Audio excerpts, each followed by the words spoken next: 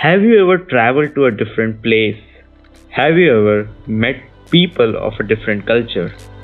Have you ever dreamed of a dream you never had?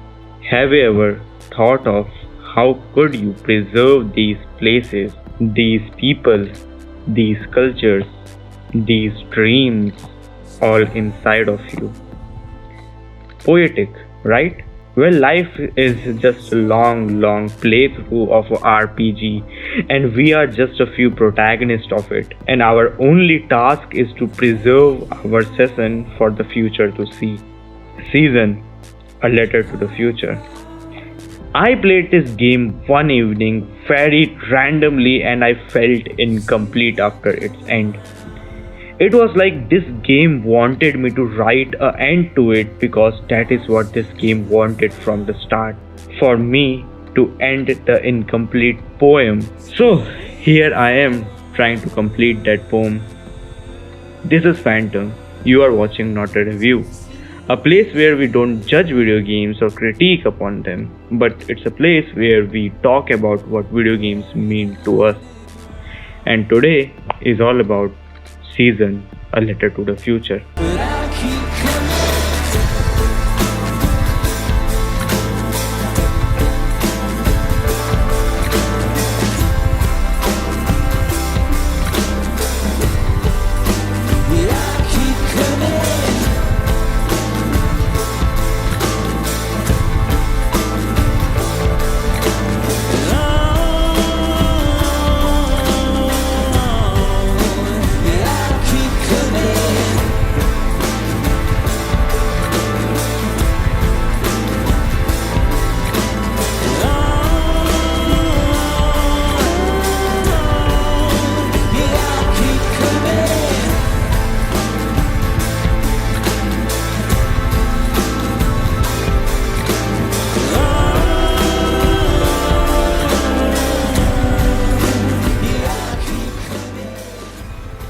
My mind emptied out. But then my senses came alive. I smelled the ocean air, felt the boat rocking, heard the waves rolling, saw someone else was with me. I detected the world for the first time. I was overwhelmed by its beauty and a feeling of possibility. Then I found this journal and I read carefully through each page. It says, "Here is my home, my mom, my friends."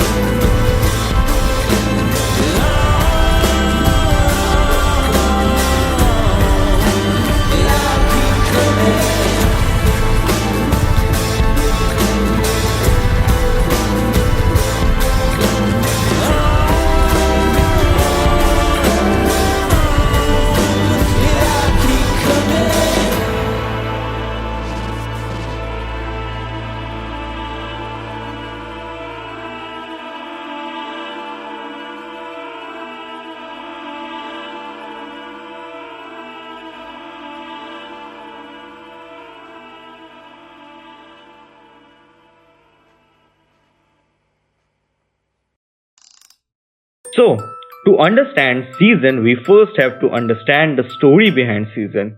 And this is a format I have opted for my videos where first chapter will only cover the development of the game, and sometimes even more than the first chapter, because the people who make this game also have a great story to tell, and that story is something I really want to share with you guys.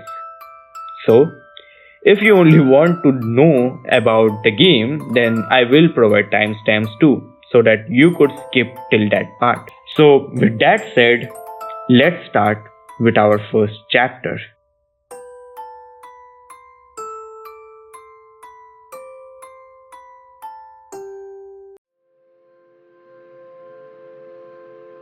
The story starts with game director Kevin Sullivan, who is also a writer, getting a chance to travel through Indonesia in 2016. And that is when the idea of Season started to get formed, because Kevin got the same questions. How could we preserve these small fragments of history that we witness? How could we remember all the people we met through our history? Kevin started to write down fragments of ideas in his notebook during the trip, and that similitude, that shared sense of living in a particular moment of history, struck him. And with Studio Scavengers, an indie studio, he started working on the project of Season. And after 4 years of development, several content cuts, a pandemic, hostile work behavior, about which I won't dig much deeper, because that is what happens to indie studios who make contracts with larger behemoths. But yeah, something was still salvaged, and it was shown in the Game Awards 2020.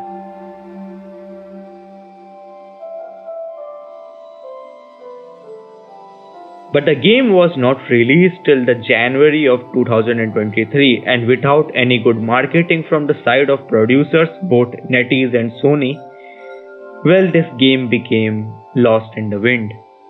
And it also saved the studio which made it. But did this game achieve what it wanted to? And well, that's a great question.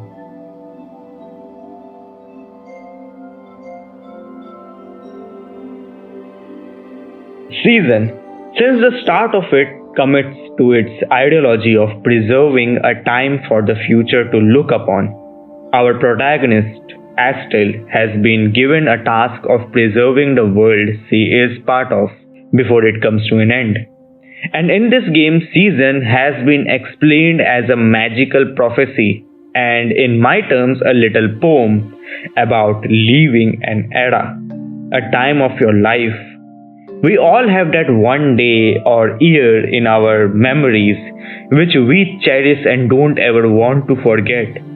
It could be the first time you rode a bicycle, or it could be the first time you kissed the love of your life, or it could be a thing as small as your first ever video game which made you fall in love for this medium of art.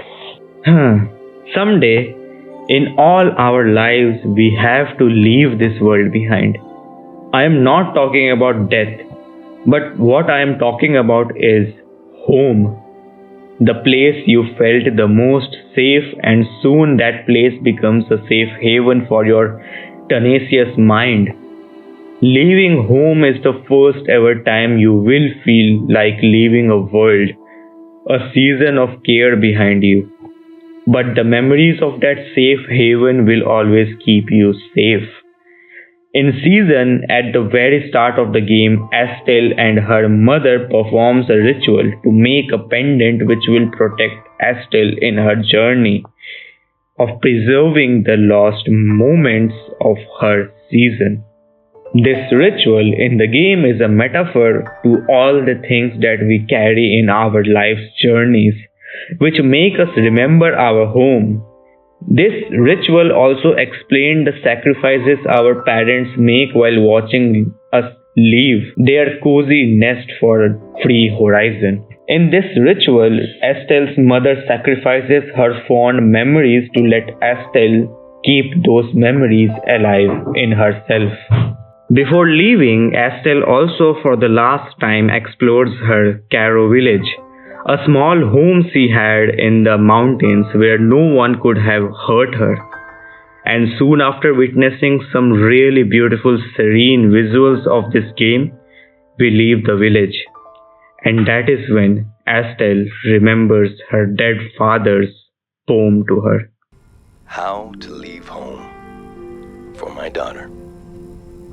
Find a sacred square of earth. Lay down so you have the dirt at your back.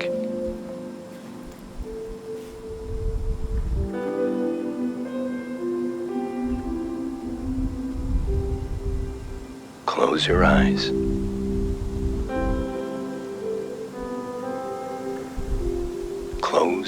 everything. Do you see for yourself? You see for the dead, for the unborn. Do you listen for yourself? You listen for the dead, for the unborn. Your ancestors are in that dirt. All the living and all the dead are holding you up. Now, stand. They're still there, aren't they? It's time to move, to entangle yourself everywhere with everyone. So the next time you lay down in the dirt, you will have so much more to tell them.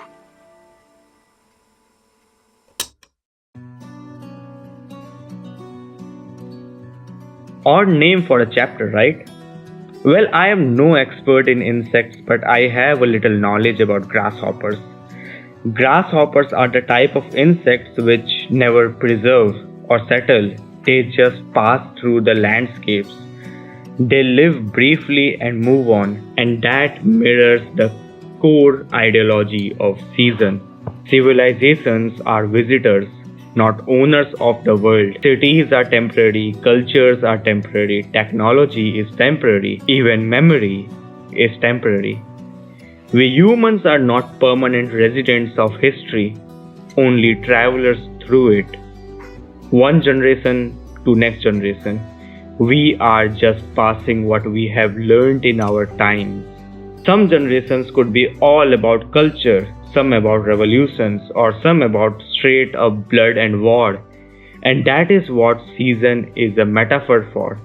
Civilizations and what they leave for the future to remember. Humans are an uncommon breed, a breed which constantly resists against the laws of nature. Every few months, nature tries to change herself without the remembrance of the past. And that is why nature knows how to heal, whereas humans love to remember and live in their past and agony. Humans try to remember. An insect like grasshopper symbolizes existence without memory. Season symbolizes memory without permanence.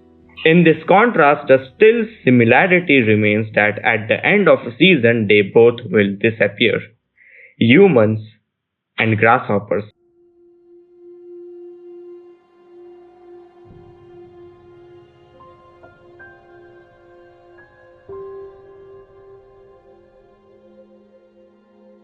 At a point, Estelle listens to an interview she recorded of the most elder woman of her village, and this whole interview was one of the finest representations of how our grandparents used to tell us about their season, their civilization. It's not always important to understand everything right away. If you witness it, that's enough. Someday, someone after you will try to understand and make sense of it. Well, I am trying to do the same for this video, right? Anyways, so this whole interview happens just before the final chapter of the game. So it becomes really important for this whole interaction to teach us about this world and the world before. So basically what Elder tells us about is the agony of the last generation, the generation of war, the generation which faced death by hands of the very same race as theirs. And to me, here the character of Elder felt like a lighthouse in a desert, shining bright yet failing to guide any ships because she is out of time. The last generation is without power, without control. They are just a mere memory without relevance. But yet, they are the essential blueprint to live a better life than them. And yet, we fail every single time. Because we humans are ignorant till we collapse on our knees and beg for forgiveness from the Mother Nature.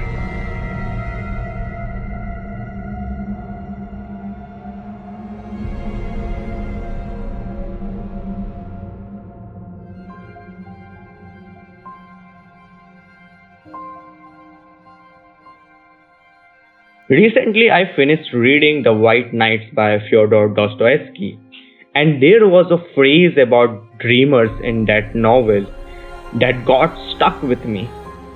I am a dreamer. I have so little real life that I look upon such moments as this now as so rare that I can't help going over such moments again in my dreams. I shall certainly come here tomorrow, just here, to this place, just at the same hour, and I shall be happy remembering today. Tieng Valley is that dream that we always see in our dreams and yet forget about it as soon as we wake up from our sweet sleep. Valleys are low point in mountains. They collect what falls. They gather the remnants of past. In other mediums of art or specifically video games, there is always a Messiah who destines themselves to save the world. But Tieng is not a world, but it's a memory. Memories don't require to be saved. Our protagonist does not require to save it. She is just an observer of a memory. Tieng Valley is just a memory, a hourglass. As soon as we reach the Tieng Valley, a government official or grey hand tells us that evacuation of the village has been completed before its end by the flood caused by the breaking of a dam nearby.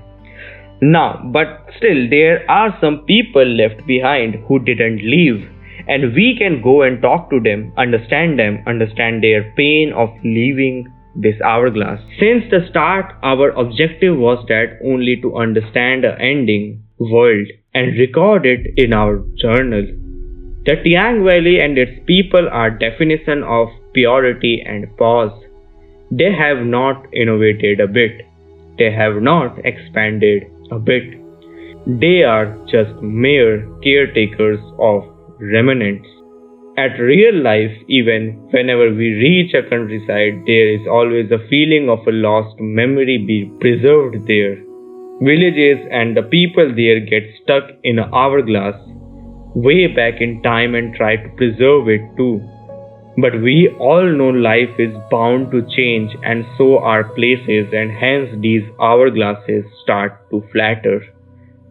Those who can run with the present and the future leave, and those who can't become history. So, Tieng Valley is not where the world lives.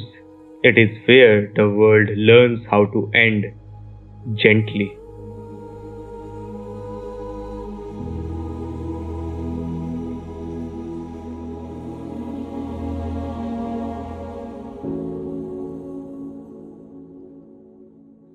Through her journey in Tieng Valley, Estelle gets to meet a few different people of different ideologies and struggles, and each person defined a different metaphor on life and people. The first ever interaction of Estelle was with a grey hand, and that person symbolized a standstill between right and wrong, where he and his organization is trying to save the people of the valley from the calamity, but yet they are also the reason behind it. They are grey hands. I will talk about grey hands and their purpose more further on in this video, but right now let's stick with the people in this game. After this point, the game becomes somewhat open world, and it leaves it to you that how you want to explore it and at what pace. So the second person I meet was a widow and her son who owned a small farm in the valley and were having a hard time gathering what things they want to take with them and the things they want to leave behind. And this segment was a purely emotional barrage on me, because even I understand how hard it is to choose between memories, that which one you like more. And here too the innocent widow asks us to help her pack the memories for herself and her kid. We even have to choose between what memories of her late husband she should carry with her. Choice is a tough matter because you can't take most of it back. This segment also provides us with a contrast of the brutalist world we live in and the free countryside these characters live in, making you understand why our world is so grey and theirs is not. After leaving that place, we get to meet an artist who hates her art. In Conspiracy Against the Human Race, there is a paragraph on consciousness and human brain. Consciousness is connected to the human brain in a way that makes the world appear to us as it appears and makes us appear to ourselves as we appear. That is, as selves or as persons strung together by memories, sensations, emotions, and so on. Here the author Thomas Ligotti has written about visualization of the world is different for all of us very beautifully. And that is exactly what the artist in our game feels for herself and her art. Her art is a testimony of the sorrows she had witnessed in her life. And for that she hates her art. But yet we try to change that with our perspective about the world for her and the art she makes with us, and it all becomes less grey to her. The last person we meet in our journey is a priest who has lost all his faith. Where now I again want to quote Conspiracy Against the Human Race. None of us has control over what we are, a truth that expirates all hope if what you want to be is invulnerably self-possessed, persuaded, and without subjection to a life that would fit you within the limits of its unrealities. We are defined by our limitations. Without them, we cannot suffice as functionaries in the big show of conscious existence. Humans can't live inside uncertainty. They need narrative. At a slow rate, humans always start to become attached to their present reality and afraid of leaving it in the future. This feeling was best explained by Andy in The Office.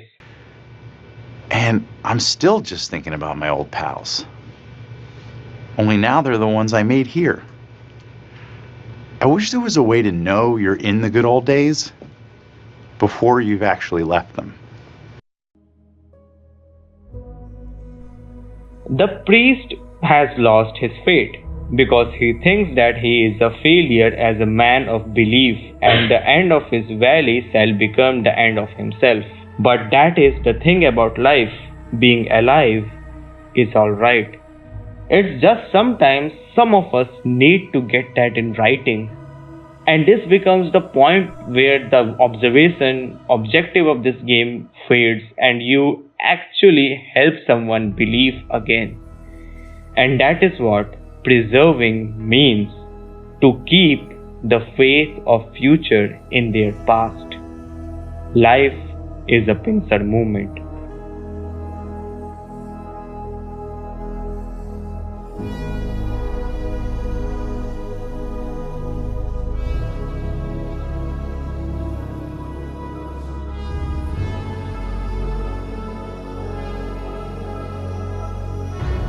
It was my first time being in a car as it was being cleaned,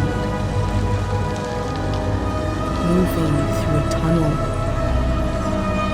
like being in the mouth of a whale.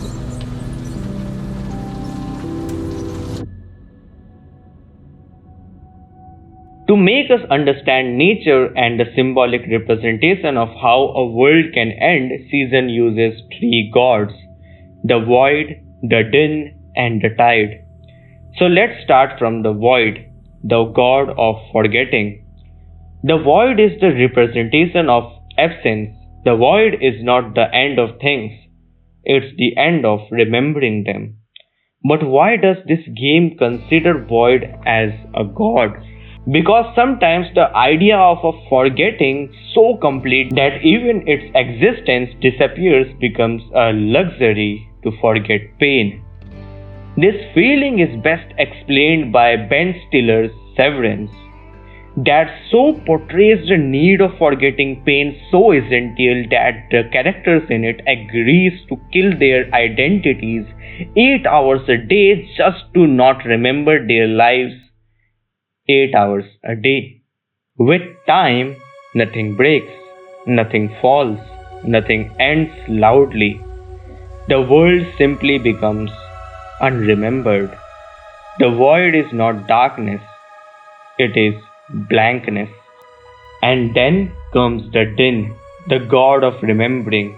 Remembrance is the fundamental core upon which the petty species of humans live.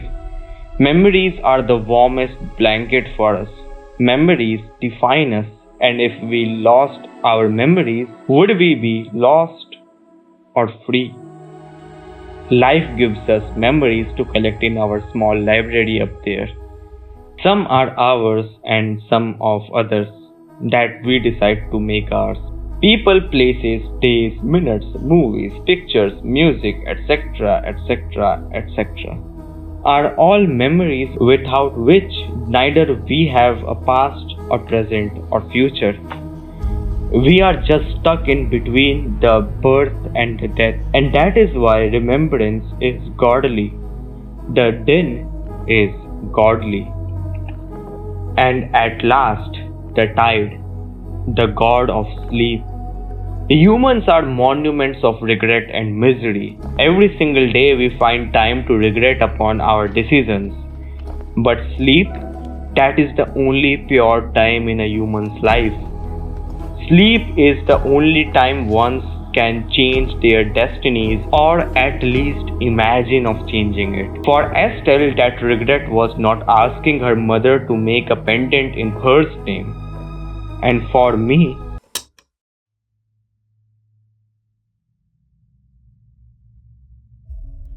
it is the tide. It moves like a lullaby, slow, rhythmic, inevitable. You have lived long enough. You have tried long enough. You have remembered long enough. Now sleep.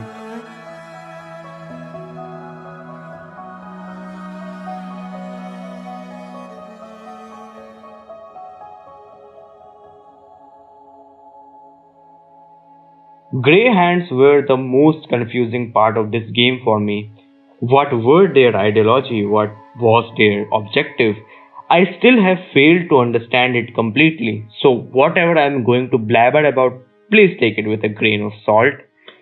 So, Grey Hands is an organization in season which is rehabilitating the current society into new modern era with cities, skyscrapers, etc., etc. And they are committing that they will be the people who will decide the fate of the next season. And this right here is the representation of the leaders throughout generations who have carved the destiny of the human race.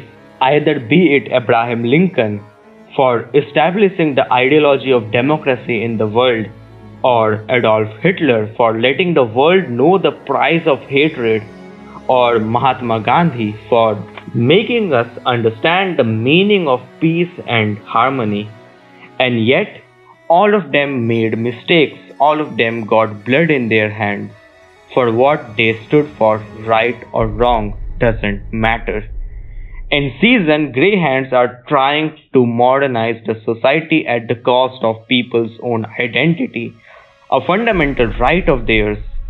And with generations, we have also been a part of it, and will always be, because we are destined for a change of faith with each generation.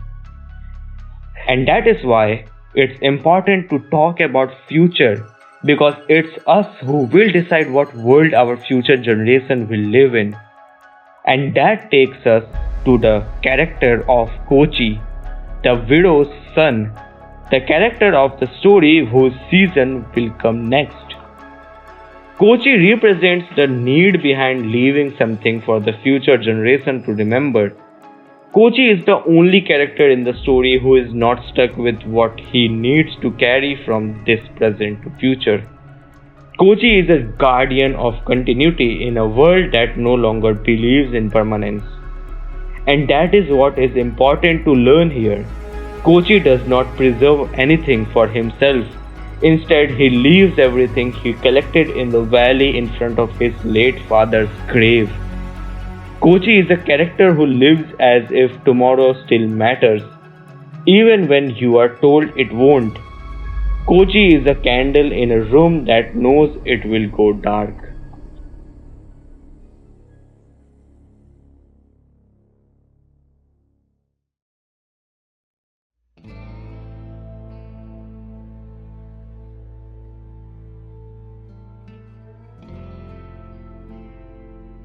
Sometimes life just is enough to teach us the pure meaning of acceptance. Even after learning all these stories of different characters here, I never got the urge to change their faith. But why? The answer was simple to me. Sometimes we don't need to save our world, we just need to prove that it existed. The future will see us someday, and I still don't know what kind of an era they will name us. The agony, hatred, pain, everything within our world. I don't know what the future will think about us. The world consists of different people with different lives, and all of us are recording our part in it. And that is why this game is an incomplete poem, because it asks us to complete it in the end. As still before the transition of season actually meets another character, a character who looks different from her, a character who is just like her, trying to record his world in his journal just like her. And that is the greater meaning here. Leave something behind for the future to remember you.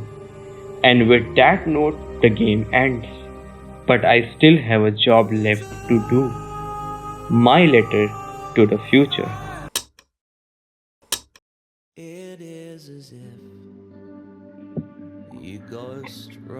Dear reader, I don't know who you are or how have you found this letter. But now you know me with what I have put down on these pages. I come from a time when people have drifted so far from each other that they can't even see each other, even when they sit right beside each other. Oh dear reader, I am not a pessimist. I love my world for what it has given me, and I am not unthankful for that. I live in a world where noise and silence both coexist. I live in a world of fast lives and fragile hopes. I live in a world where machines remember everything, but we struggle to remember even ourselves. But there are still things which I love in this world. My world isn't perfect, but the quiet evenings always makes me feel peace. But the music always makes the time go a little slower. But the stories always stay beside me. But the video games I love always makes me not feel alone in the night. My world isn't perfect. My world isn't wise. My world isn't gentle enough. But my world still tries to be human time to time. This letter is neither a prophecy or a lesson. I am just scared that with time this world of mine will lose its care, the kindness and meaning of it. This letter is a proof that I was here. I felt loved, and I tried. Remember my world, not for what it was, but for how we lived.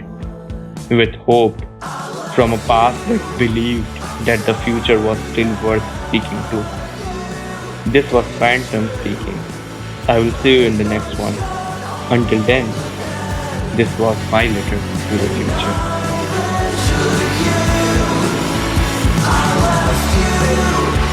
Close your eyes. Close everything. Do you see for yourself? You see for the dead, for the unborn. Do you listen for yourself?